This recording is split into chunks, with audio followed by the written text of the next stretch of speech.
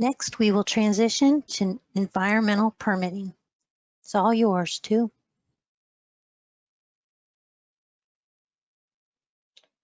So what activities require environmental permits? The FDOT is required to obtain environmental permits to ensure that FDOT activities do not cause adverse impact to protected resources. You can see the type of activities that require environmental permits that are listed on this slide. Keep in mind, unless exempted by statute or rule, permits are required for the construction, alteration, operation, maintenance, abandonment, and removal of projects. Environmental permits required for a project are not determined by environmental document type, but they are determined by project impacts. Here are the federal agencies that we deal with for environmental permitting. The Army Corps of Engineers and the Coast Guard are the main lead federal permitting agencies. It is important to recognize that some of these other agencies listed also act as commenting agencies during the permit application review process. The Corps of Engineers has the authority to issue permits for activities involving the discharge of dredge and fill materials into waters of the U.S. And then the EPA has oversight of that permitting program. The Coast Guard issues permits for bridges or causeways in or over navigable waters of the U.S. and for causeway construction in all tidal waters of the U.S. The U.S. Fish and Wildlife Service and the National Marine Fisheries Service serve as federal wildlife commenting agencies during the Coast Guard or the Corps permitting processes.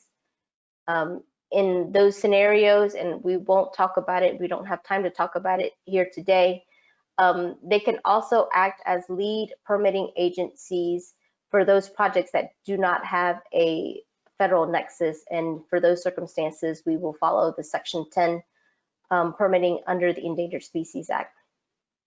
The Advisory Council on Historic Preservation also serves as a review agency on permit applications where any district, site, building structure, or object that is included in or eligible for inclusion in the National Register may be affected.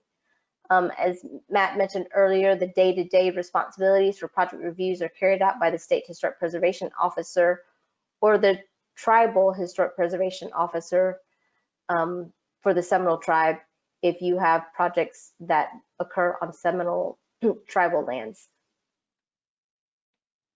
Okay. I'll go through some of the federal permit types that we go through. I think this is important for us to recognize. The Army Corps of Engineers has a series of nationwide permits. These are for projects that have no more than minimal individual and cumulative adverse environmental effects. The current nationwide permit types that are available to us are valid from March 19th of 2017, and they're valid for 5 years. And they also require adherence to a series of general permit conditions, some requiring pre-construction notification to the Corps, where the Corps then has 45 days to notify the applicant if the nationwide permit is authorized. And there's a link to the nationwide permits at the bottom of this slide. I know this is kind of hard to read, but these are just some of the nationwide permits that the department typically obtains. I believe there are over 50 nationwide permits that are available, but not all of them are relevant to the department. Nationwide 3 is something common that we would get for maintenance activities. Nationwide 14 is specific for linear transportation projects. There's also a nationwide for U.S. Coast Guard approved bridges as well. So this is just a list that you can take a look at later. Specifically to DOT, we created this regional general permit with the Army Corps of Engineers, which currently is not authorized, but in the process of getting reauthorized. But it's important for you to understand that this is in our toolbox. It's available once it gets reauthorized.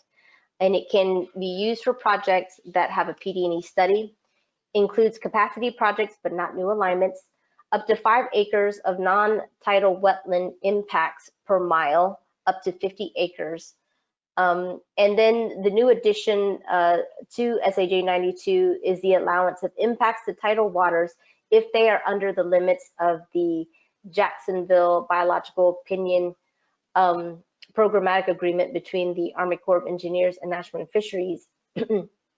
And these are also subject to a series of general conditions as well. More information about SAJ 92 can be found in the link that's provided. All right, and then another permit type is the Army Corps of Engineers standard or individual permit. This is going to be required for those projects that don't meet the criteria for general permits, meaning a nationwide or regional general permit. This requires a public notice in the Federal Register, requires the evaluation of alternatives, and it takes a little bit longer to get this authorized as well. So you have to keep in mind, if your project requires an individual permit, you have to accommodate the allow for the appropriate time to obtain that permit. I also wanted to include here certain scenarios where you might need an Army Corps 408 permission.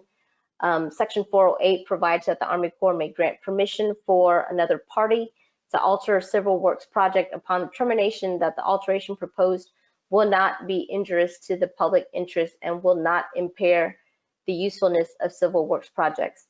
The 408 process kind of goes hand in hand with the right-of-way occupancy permit that we get through the South Florida Water Management District. The procedures for reviewing requests for Section 408 is contained in Engineering Circular 1165-2-220. And also the 408 process was described in a recent Army Corps webinar that was also recorded and is available on OEM's website. So I will refer you to that if you want more information on the 408 process. And then we have the Army Corps of Engineer bridge permit. A permit from the Coast Guard is required under the following situations: the construction of a new bridge over navigable waters, the modification of an existing bridge, which increases travel capacity of the bridge, and the modification of an existing bridge that would result in changes to navigation. So this is required. Keep those things in mind if you have a bridge project. Specifically to the Coast Guard, Florida is under the jurisdiction of 2 Coast Guard districts. U.S. Coast Guard District 8 is based in New Orleans and is responsible for the Panhandle, which is pretty much FDOT District 3. And then U.S. Coast Guard District 7 is in Miami and is responsible for the rest of the state. We do have an agreement with the Army, with the U.S. Coast Guard. District 7 actively participates in the ETDM process. If you end up having a project that will require coordination with District 8, it's a little bit more involved. You will be preparing a bridge project questionnaire and need to work with FHWA to engage that district in New Orleans office. More of those details can be found in Part 1, Chapter 16 of the PD&E Manual, which is the new Coast Guard chapter that was included as a part of the 2020 manual update. So now to the state agencies. Here are the state agencies that have permitting authority. We have the Department of Environmental Protection and or the water management districts that issue environmental resource permits and PDES permits, coastal construction control line permits, sovereign submerged land permits. FWC predominantly acts as a commenting agency, but also issues species permits. For example, they issue the gopher tortoise permit when gopher tortoise relocation is required. And then you also have the state Department of State that typically acts as a commenting agency, but is responsible for issuing permits when archaeological testing and research is required.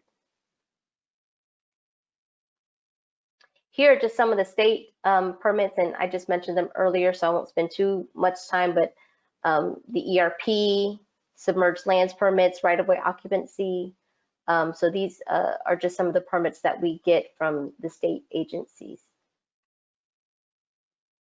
And I know with that, went through that pretty quickly for environmental permitting, but each of our districts and the Turnpike has a permit coordinator. So please get to know your permit coordinator.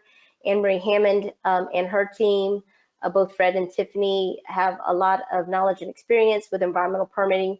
So if you have questions about permitting, they are a good resource right there at the Turnpike for you. As mentioned earlier, any permits that are needed are identified in the environmental document. And then also as a part of a reevaluation, the status of these permits are included in the reevaluation form. Some resources for more information. Part 1, Chapter 12 talks about environmental permitting.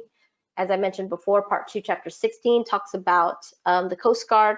And then we also have an FDOT permitting handbook that I think was released last year that has a lot of information on environmental permitting, and it does have a lot of information on protected species as well.